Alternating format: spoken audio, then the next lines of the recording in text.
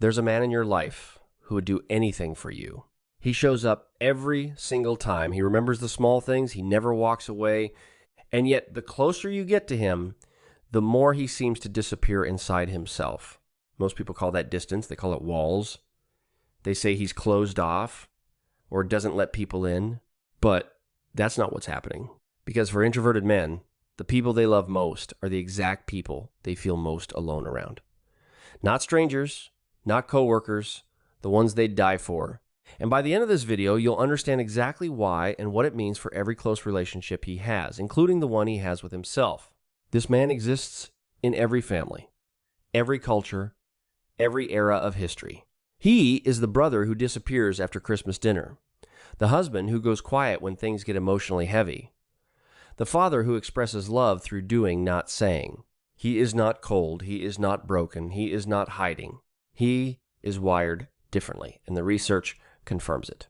Susan Cain, in her landmark work on introversion, documented that introverted individuals are not simply shy or antisocial. Their nervous systems process stimulation differently, deeply, thoroughly. And that difference costs them something in intimate relationships that most people never think to examine. We're going to go through 7 reasons why introverted men feel most alone with the people they love most. Each one builds on the last. So stay with this, because the final one might be the most important thing you've ever understood about this kind of man. Let's start with something that surprises almost everyone. Number 1, the closeness that opens the wound. Introverted men don't feel exposed around strangers. They feel exposed around people who actually know them. With strangers, there's nothing at stake. A surface-level interaction asks nothing from him. But intimacy, real intimacy, means being seen. And for a man who has spent his whole life managing how much of himself others see, closeness isn't a relief. It's a risk. Psychologist Elaine Aron, who pioneered research on highly sensitive persons, found that people with deeply sensitive nervous systems, a category that overlaps heavily with introverts, experience emotional exposure as physically activating.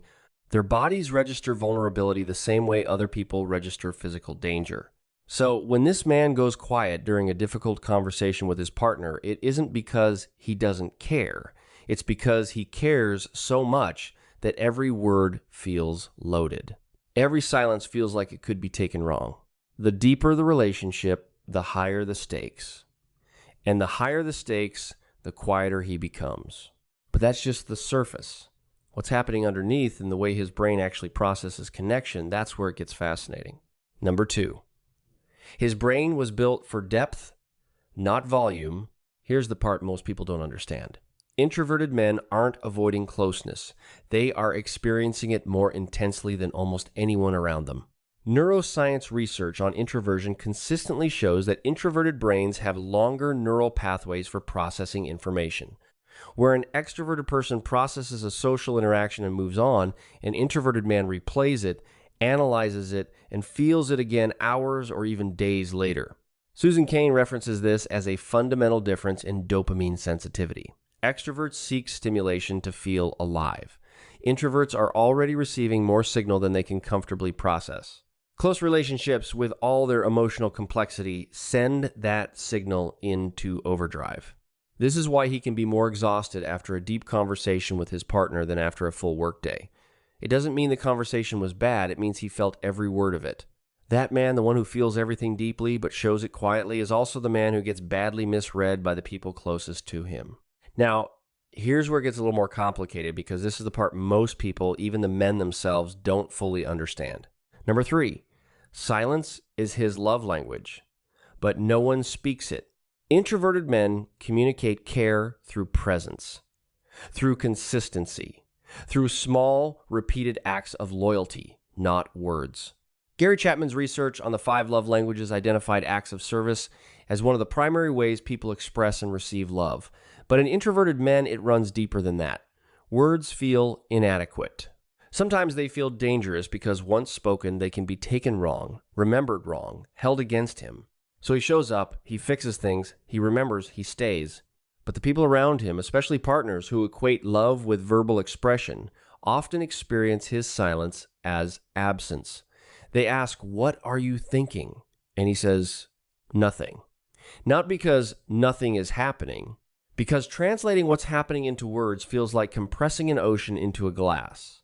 The result is a painful mismatch. He is loving as loudly as he knows how, and the people he loves most feel unloved.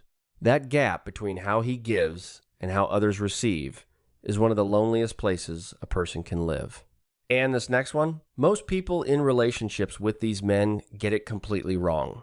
Number 4, the people around him read him backwards. People who love introverted men often make one fatal error. They interpret his withdrawal as rejection. He goes quiet. They assume he's upset with them. He needs alone time. They assume he's pulling away. He says little during a conflict. They assume he doesn't care.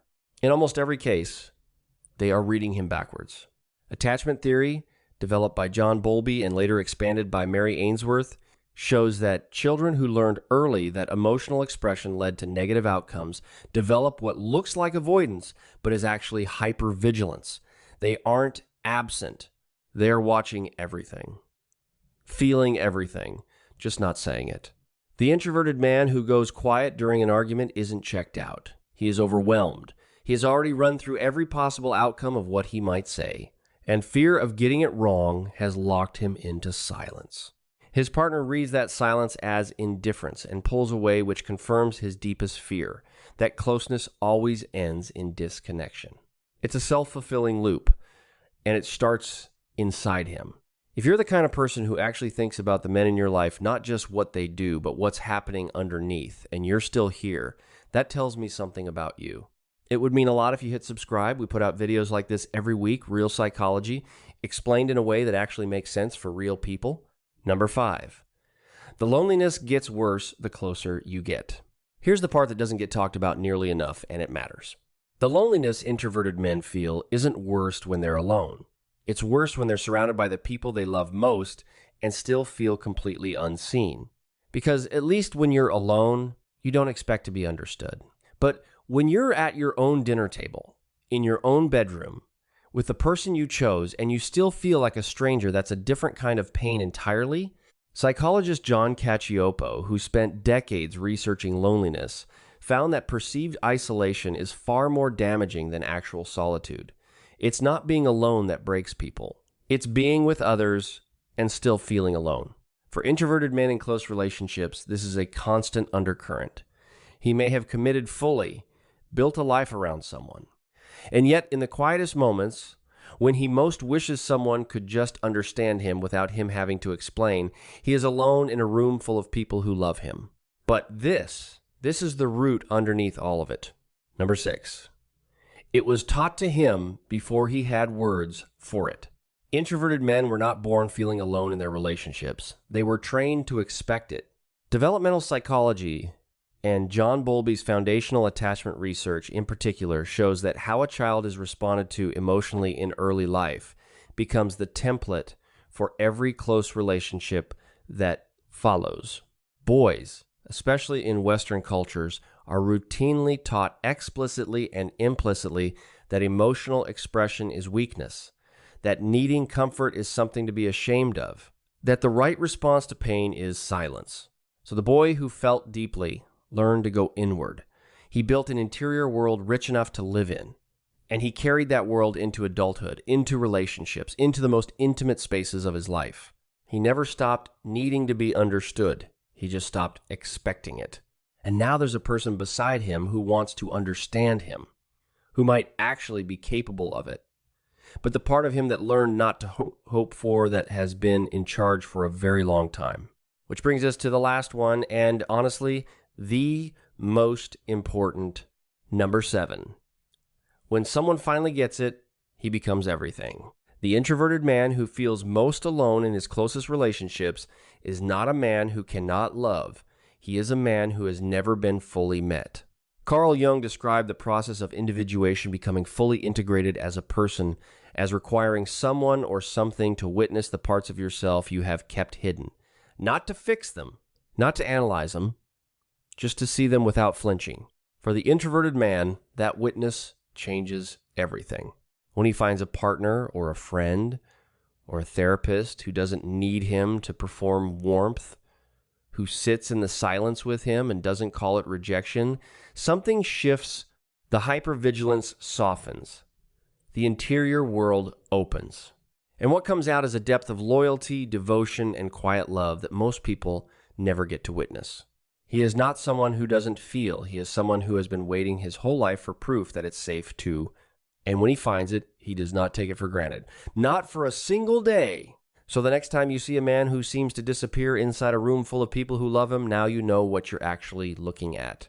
You're looking at someone who processes the world at a depth most people can't access. Someone who learned very early that needing to be understood was a vulnerability he couldn't afford. Someone who has been loving you quietly, consistently, and completely in a language that was never taught to you. He isn't closed off. He isn't broken. He's been waiting for the one person who doesn't need him to be louder, just honest. And the people who learn that, the ones who stop pushing for more words and start listening to his actions, those are the ones who get all of them. Every quiet, guarded, loyal, extraordinary piece. If you want to go deeper on this, I put together a video on why introverted men pull away right when relationships get serious. One of the most misunderstood patterns in love, and it connects directly to everything we covered today. It's right here when you're ready.